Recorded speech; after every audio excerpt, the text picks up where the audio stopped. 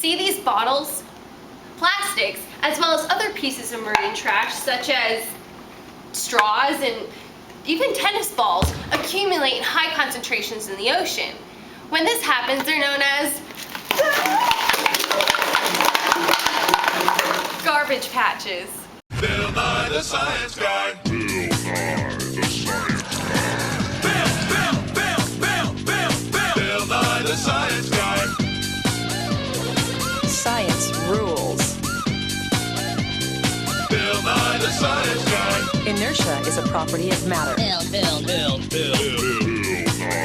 Science Guy. T minus 7 seconds. Bill Nye the Science Guy. Bill Nye's out of the lab researching this week, so we're taking over. Now, garbage patches are made up of different kinds of items, like small pieces of plastic or large pieces of garbage. Now, the trash is submerged beneath the water. You can't see it as a big, large island of garbage floating around, and you can't even see it from outer space. According to Greenpeace, scientists say that 100 million tons of plastic are produced each year. Of that 100 million tons, 10%, 10 million tons of plastic, find its way to the ocean. Now, 20% finds its way to the ocean from ships and platforms, but the rest is from land. All of the plastic that finds its way to the ocean somehow ends up in the Pacific. Now, how does that happen, you ask? Follow me. Now, gyres are large systems of rotating currents in the ocean. In the northern hemisphere, they tend to rotate clockwise, while in the southern hemisphere, they tend to rotate counterclockwise. Scientists say that when gyres rotate, all the floating material from the outside is pulled in towards the low energy center. Now, in the world, there are 5 major ocean gyres: the Indian Ocean Gyre, North Pacific Gyre, South Pacific Gyre, North Atlantic Gyre, and South Atlantic Gyre. The largest garbage patch known to man is located in this North Pacific Gyre. Let's look a bit into that. The Great Pacific Garbage Patch, located within the North Pacific Gyre, was discovered around 1988 by Charles Moore. During this time, the NOAA obtained studies from Alaskan-based researchers detecting high concentrations of surface plastic in the North Pacific. The same results were found in the Sea of Japan as well. From these studies, it was hypothesized there must be some patch of trash in the Pacific Ocean. Further sampling has been performed since the first discovery of the garbage patch to understand the size of this giant garbage patch and how much the patch has grown. However, it is difficult to accurately measure the location because the patch is constantly moving. Through sampling, diligent scientists, however, have determined that in the northeast waters of Hawaii, the Great Pacific Garbage Patch is an area the size of Texas.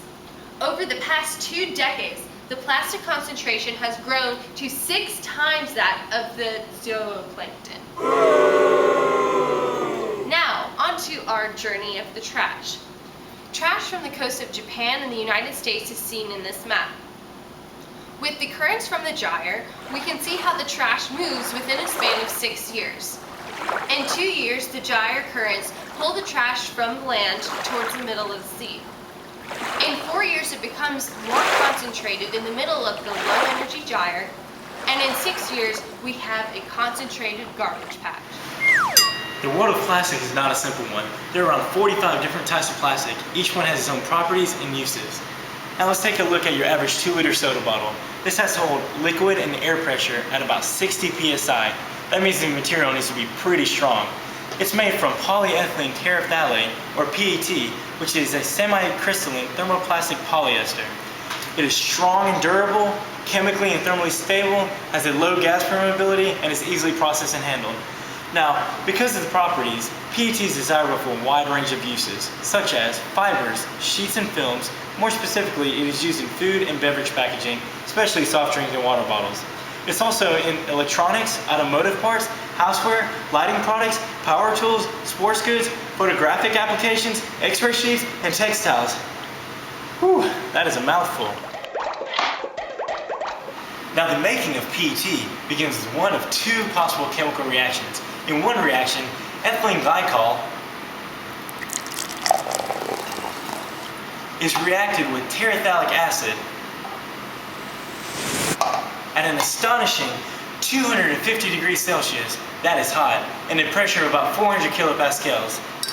After this initial reaction, 2 or 3 polymerase steps are then performed depending on required molecular weight. At this stage, PET is created, but the molecules can be joined together to make longer and longer chains for a more stable plastic. Now that's science. Only we humans make waste that nature can't digest. As a rule, widely used plastics do not naturally degrade to a large degree when released into the environment, but they do degrade to a small degree. There are 4 methods by which plastics degrade in the environment: photodegradation, thermo-oxidative degradation, hydrolytic degradation, and biodegradation by microorganisms. Ultraviolet light from the sun provides the energy required to begin the incorporation of oxygen atoms into the polymer. This causes the plastic to become brittle and break into smaller and smaller pieces until the polymer chains become monomers to be metabolized by microorganisms. These microbes either convert the carbon in the polymer chains to carbon dioxide or incorporate it into biomolecules. This might sound like it is a fast progression. However, this entire process is very slow, and it can take 50 or more years for plastic to fully degrade. In the case of the garbage patch, it is not helped by the fact that the photodegradation effect is significantly decreased in seawater because of lower temperatures and oxygen availability, and that the rate of hydrolysis of most polymers is insignificant in the ocean. Full degradation into carbon dioxide, water, and inorganic molecules is called mineralization. But based on research to date, most commonly used plastics, such as PET, do not mineralize in the ocean and instead break down into smaller and smaller pieces. This has to have some effects. Now we're going to show you how to make your own garbage patch. All you need is a bucket, some water, a plastic bottle, and a pair of scissors. Now, fill the bucket with some water to represent a portion of the Pacific Ocean. When large pieces of plastic, such as a plastic bottle or a grocery bag, are put into the water, we can easily remove it. Now, let's see how to remove it once it's been degraded further.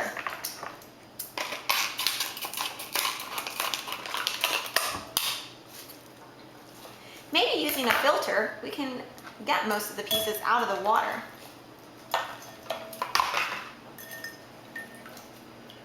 But let's just break it down even more. The plastic in these garbage patches is roughly the size of a pencil eraser, so we have created the small pieces here in the lab for time's sake. However, some of these pieces can even be microscopic. Put these in the water and see how difficult it is to remove. Imagine trying to remove these pieces in the ocean. Well, if we skim through the water, we will be able to get most of the plastic pieces, right? Why don't we just do that in the ocean?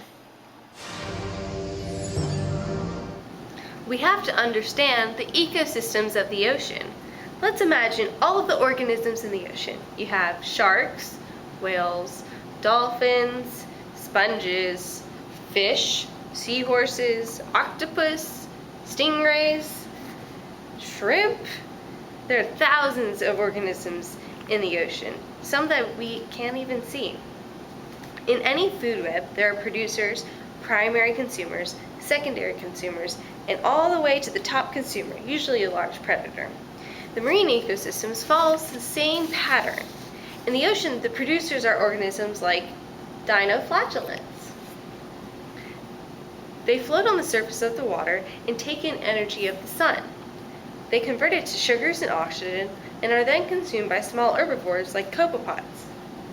The copepods are consumed by small fish like lanternfish, which are then consumed by squid, which are then consumed by tuna, which are then consumed by great white shark. The dinoflagellate is at the bottom of the food chain, and without them, the entire ecosystem would collapse. In the ocean, if a dinoflagellate or phytoplankton need to be closest to the sun, so they're resting at the surface of the water. So imagine trying to remove plastic from the surface of the water. Dinoflagellates and phytoplankton are sitting at the surface. Wouldn't you remove them too? What would happen to the ecosystem?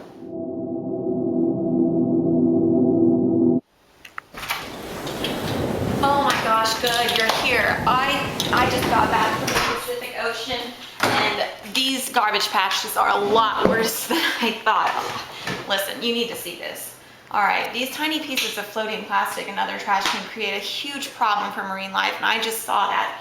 Many of these marine animals, like the lace and albatross and filter feeders that strain food out of the water, might be mistaking these pieces of trash for plankton, fish eggs, and other foods. The trash can also threaten fish and endangered species like the Hawaiian monk seal and green sea turtles that live near the protected waters surrounding the northwestern islands. For example, the loggerhead sea turtles find jellyfish to be a delicious treat. Unfortunately, many of these sea turtles are mistaking these jellyfish for plastic bags like this. Does that taste good to you? Like, imagine yourself, for example. I love baklava. It's one of my favorite treats, and when I see one, of course I'm gonna have a bite of it. It has that nice thin layer of phyllo dough on top, and when I'm ready to take a bite of that stuff, this is so good, I find out that it's plastic. And of course, I'm gonna just spit it out, but these fish aren't doing that. They don't have the chance to do that, and this is happening to these fish. In one study performed by the Plymouth University and the UK Marine Biological Association, over 1/3 of the fish examined had plastics less than a millimeter in size in their bellies. Would you want to be eating plastic fish, or do you want to have plastic in your bellies? Listen, furthermore, albatross mothers are feeding their baby birds this trash as well. They're feeding them all bits of plastic, and these albatross chicks are dying of starvation and dehydration because their parents have unsuspectedly fed them bottle caps, cigarette lighters, all this plastic crap, and this is just killing them. And that's not all. These animals don't just have to ingest the trash to be subjected to the harmful dangers of garbage patches. Many marine animals have become entangled in plastic rings used to hold six-packs together, and lures, monofilament line, hooks, and other fishing gear are also, the fish are getting entangled in them as well. Research believe it will take 600 years for monofilament fishing line to biodegrade in the ocean. Ghost nets are another form of fishing gear, resulting in entanglement because some of these animals may view the nets as food, shelter, or accidentally swim into them. Hundreds and thousands of marine animals are in danger of these garbage patches, and we have to stop this! Recycling has become a hot topic in recent history. When most people think of eco-friendly behavior, the first thing that comes to mind is usually recycling. Of course, not creating waste to begin with is the best plan, but for the already wasted materials from our past, let's do the next best thing. Not all plastics made can be recycled, but for the ones that can, there are labels that include a grade or number. This grade scale is from 1 to 7. As the number gets larger, the harder the plastic is to recycle, due to the type of materials used and increasing number of polymers. Now, number 1 includes plastic made from PET, and include, well, this average soda bottle. Number 2, plastic made from high-density polyethylene, like soap bottle right here. Number 3 are vinyl plastics, like this PVC pipe. Number 4 are plastics made from low-density polyethylene, like this squirt bottle in the lab. Number 5 are plastics made from polypropylene, like this Wofford cup. Number 6 are plastics made from polyester, like this Phantom cup right here. Although these are both cups, this one is much more durable. And then number 7, these plastics are labeled other, meaning that they are not made from the first 6 materials. These plastics typically do not contain the chemical BPA and include plastic baby bottles and this Nalgene bottle. Many people ask what they can do to help end the terrible problem of garbage patches and this peerless plastic pollution. Many organizations, like the Algalita Marine Research Institute, founded by the one and only Captain Charles Moore. AMR is working towards a plastic pollution-free world through field research, analysis, and education. They conduct research and collaborative studies on the distribution, abundance, and fate of marine plastic pollution and potential harmful effects of plastic on marine life and their effect on human health. They provide their findings to students, scientists, societies, and slime balls, like the corporations and government. That's for you, Dr. Kusher. The AMR works with organizations that want to restore the aquatic environment by reducing and eliminating this plastic pollution. The Algalita Marine Research Institute has partnered with Junk Ride. Bikers travel 2,000 miles across 15 cities, from Vancouver, British Columbia to Tijuana, Mexico, and bring their ocean research to organizations, educators, and legislators. Another pollution prevention effort is junk raft, sailing 2,600 miles from Los Angeles to Hawaii on 15,000 plastic bottles just like this to raise awareness about plastic marine debris. Boyan Slat, a 19-year-old, is one of the biggest up-and-coming artists working with the garbage patches and plastic pollution. He invented the idea of floating booms to cover large areas and catch the largest plastic catch without getting bycatch involved in that. From August 2nd, August 21st, 2009, a group of doctoral students and research volunteers from the Scripps Institute of Oceanography at the UC San Diego embarked on an expedition aboard the Scripps research vessel New Horizons, exploring the problem of plastic in the North Pacific. Gyre, called CPLEX, or Scripps Environmental Accumulation of Plastic Expedition, CPLEX. Organizations like Project Aware Foundation are growing the movement of scuba divers protecting the ocean planet, one dive at a time. There are many more organizations that want to end the problem of plastic pollution in the ocean, like the Plastic Pollution Coalition and the NOAA Marine Debris Program that funds international efforts to research, prevent, and reduce the impacts of marine debris. Look, there are even youth summits that promote young involvement in reducing the plastic pollution. There are even classroom kits that will help young students learn about the plastic pollution as well. Let's go do some work and get the movement started. This is the legacy we are leaving to future generations. The throwaway society cannot be contained. It has gone global. We simply cannot store and maintain or recycle all our stuff. We have to throw it away. Now, the market can do a lot for us, but it can't fix the natural system in the ocean we've broken. All the king's horses and all the king's men will never gather up all the plastic and put the ocean back together again. The levels are increasing. The amount of packaging is increasing. The throwaway concept of living is proliferating, and it's showing up in the ocean. He offers no hope of cleaning it up.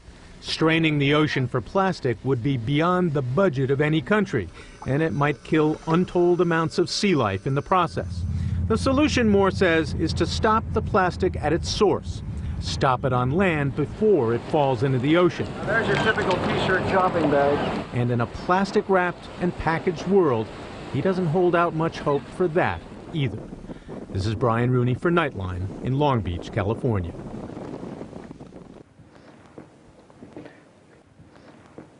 Thank you.